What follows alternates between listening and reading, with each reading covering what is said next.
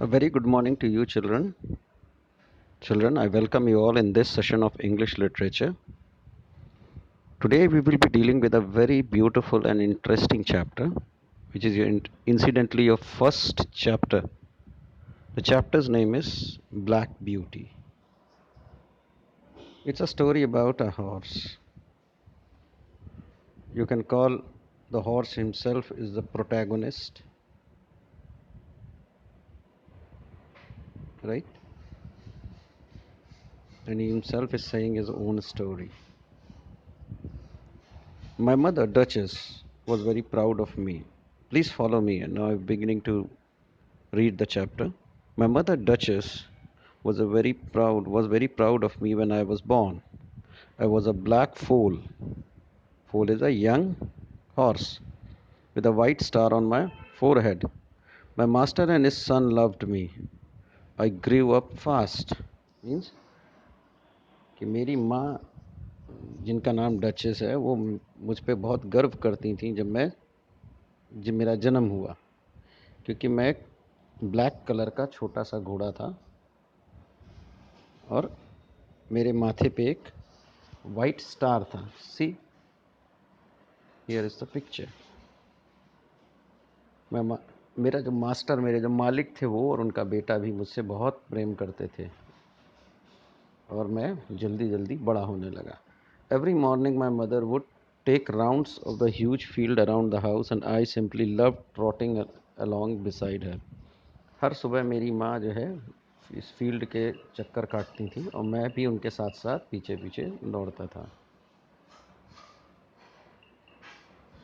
My master would feed us oats and hay. I spent a wonderful year with my mother. I was happy as a lark, but one morning I sensed she was not her usual self. I did not know why. Nice saying कि मेरा जो master था वो हम लोगों को oats और भूसे खिलाता था और मैं अपनी माँ के साथ बहुत खुश था, बहुत आराम से मैं समय बीत रहा था. एक सुबह मुझे लगा मेरी माँ अजीब सा बिहेव कर रही, वो वैसी नहीं है जैसी हुआ करती थी और मुझे समझ में नहीं आया मेरी माँ ने ऐसा बिहेवियर क्यों शो कर रही थी. I did very gently. She broke the news to me that I would have to go and live in another place from then on. तो क्या हुआ कि इसने हॉर्स ने अपनी माँ से पूछा, तो माँ ने बताया कि अब उसको कहीं अलग जाकर रहना होगा. Of course, I was sad parting but my mother was very brave, and before I left her side, she made me promise to remember all the good manners she had taught me, so that I would grow up to be a fine horse. Right?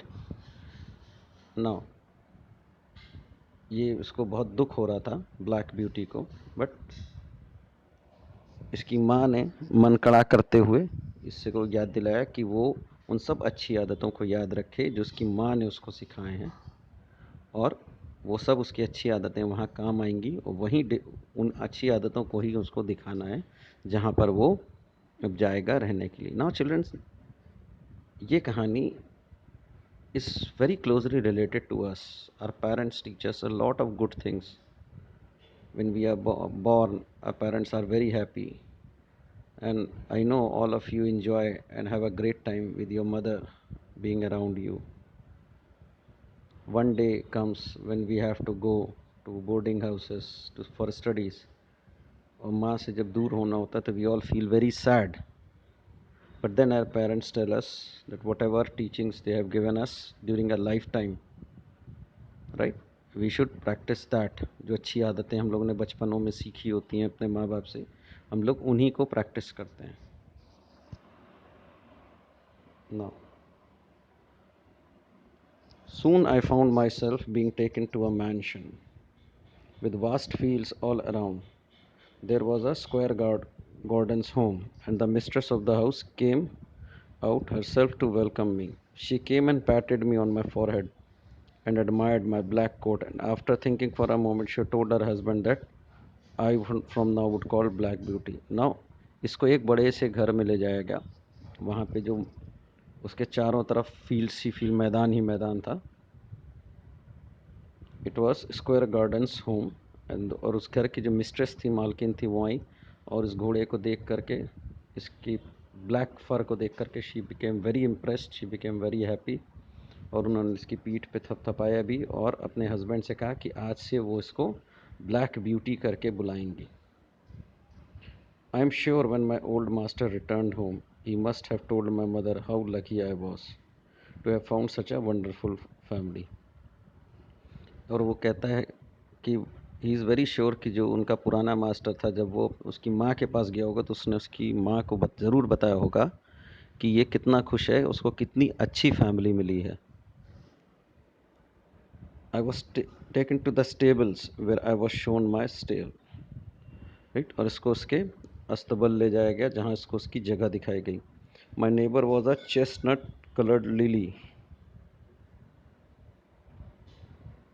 who didn't seem to like me, right. और इसका जो neighbour था वो chestnut coloured यानी आपका भूरे रंग का एक घोड़ा था।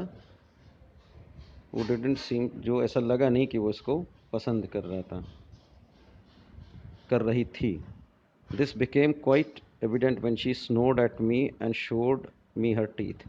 और ये ब्लैक ब्यूटी को साफ साफ नज़र आया जब उसकी पड़ोसन ने उस पर स्नोर किया और इसको अपने दांत दिखाए। I was left wondering why she had such a bad temper. ये कहने लगा कि मैं बिल्कुल आश्चर्यचकित रह गया कि उस घोड़ी का इतना बैड टेम्पर क्यों है, right. My other neighbour was a white pony who looked very mischievous and friendly. His name was Merry Legs and the proud filly was Ginger. और इसका दूसरा जो नेबर था वो एक वाइट कलर का पोनी था, घोड़ा था, जो कि बड़ा ही शैतान लगता था, और उसका नाम था मैरी लेग्स। और प्राउड फिली का जो नाम था वो था जिंजर।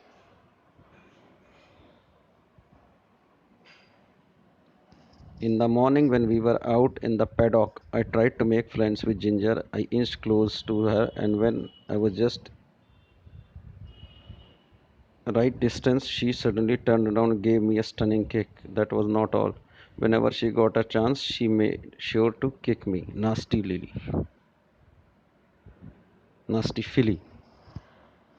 तो इस सेइंग कि जब अगली सुबह मैं पैडॉक में गया तो मैंने उस जिंजर को फ्रेंड बनाना चाहा, और जैसे जैसे मैं उसके पास गया तो what the ginger did was, उसने शी किक्ड हिम, वो जो है उसने ब्लैक ब्यूटी को किक किया, और वो बहुत ही ज़ोरदार किक थी। और जिंजर ने इंश्योर किया कि जब जब भी ब्लैक ब्यूटी इसके पास ही उसने उसको किक किया। Merrylegs on the other hand was as merry as his name. He actually belong to the two little girls of the mansion who would ride him around the garden every morning. और मेरी lakes था जो pony था white colour का, वो जो है जैसा उसका नाम था मेरी, वैसे ही खुश मिजाज था। ही वो उन दो छोटी लड़कियों को बिलोंग करता था जो कि मैंशन में रहती थी और उसको रोज़ सुबह अपने साथ घुमाने ले जाती थी। Their brother Alfred was a very naughty chap. One day he made the girls get off Merrylegs so that he could ride. Merrylegs did not like it one bit and refused to move. Instead, he lifted both his legs high. उनका जो भाई था Alfred, वो थोड़ा बदमाश type का था। एक दिन उसने दोनों बहनों को मैरीलेक्स पे चढ़ने नहीं दिया और खुद बैठ गया। ये बात मैरीलेक्स को अच्छी नहीं लगी और मैरीलेक्स ने अपने दोनों पैर उठा लिए। Dumped the rascal on the ground and went racing back to the stables. It was such a funny sight that I could not help but whinny loudly. और उसके दोनों पैर उठाते ही अल्फ्रेड जो था वो ज़मीन पे गिर गया और मैरीलेक्स भाग के अस्तबल में आ गया। ये एक बहुत ही मज़ेदार दृश्य था। और and Black Beauty could not stop himself, but ये विनी लाउडली करने लगा। As for Ginger it took us some time to become friends, but when we did we were friends for life. There was no other horse as dear as Ginger. और Ginger जो थी उससे दोस्ती करने में थोड़ा समय लग गया, मगर एक बार जब दोस्ती हो गई तो ऐसा कोई घोड़ा ही नहीं था, ऐसी किसी और से मेरी दोस्ती नहीं थी जितनी अच्छी जिंजर के साथ थी। देखो बच्चों, हम लोग साथ ज़िंदगी में भी ऐसे ही लोग मिलते हैं। आप जब नई जगह जाते हैं, कुछ तुरंत आपके दोस्त बन जाएंगे, कुछ आपको शुरू में परेशान करेंगे, तंग करेंगे, मगर आपको उनके साथ अच्छा बर्ताव करते रहना है, क्योंकि एक दिन जब ऐसे लोग आपके दोस्त बनेंगे तो फिर वो हमेशा के लिए आपके दोस्त हो जाएंगे।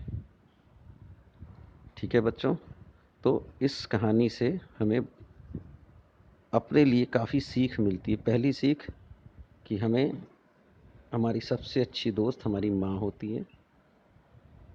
जब हम जन्म लेते हैं तो हमारे पेरेंट्स बहुत खुश होते हैं। हमारे माँ बाप हमको बचपन में अच्छी अच्छी आदतें सिखाते हैं। एक ना एक दिन हमको चाहे काम की तलाश में, चाहे पढ़ने के लिए अपने माँ बाप को छोड़ के जाना पड़ता है। तो हमारी जो माँ बाप ने बचपन में हमें सीख दिए हैं, उन्हीं सीख को इस्तेमाल करके एक अच्छा इंसान बनने की कोशिश करनी चाहिए। दूसरी जगहों में हमको दो तरीके के लोग मिलेंगे, एक वो जो तुरंत दोस्त बन जाएंगे, एक वो जो शुरू में आपसे नफ़रत करेंगे। हमें दोनों के साथ ही अच्छा बर्ताव करना है, क्योंकि जो अच्छा है वो तो अच्छा ही रहेगा, मगर जो आपसे नफ़रत करता है यदि वो भी आपका दोस्त बन गया तो वो फिर लंबे समय तक दोस्त रहेगा। Is it clear children?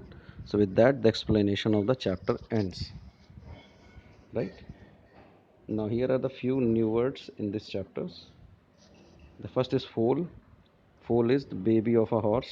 Then trot, run at a moderate pace, taking short steps, छोटे छोटे steps लेकर चलना.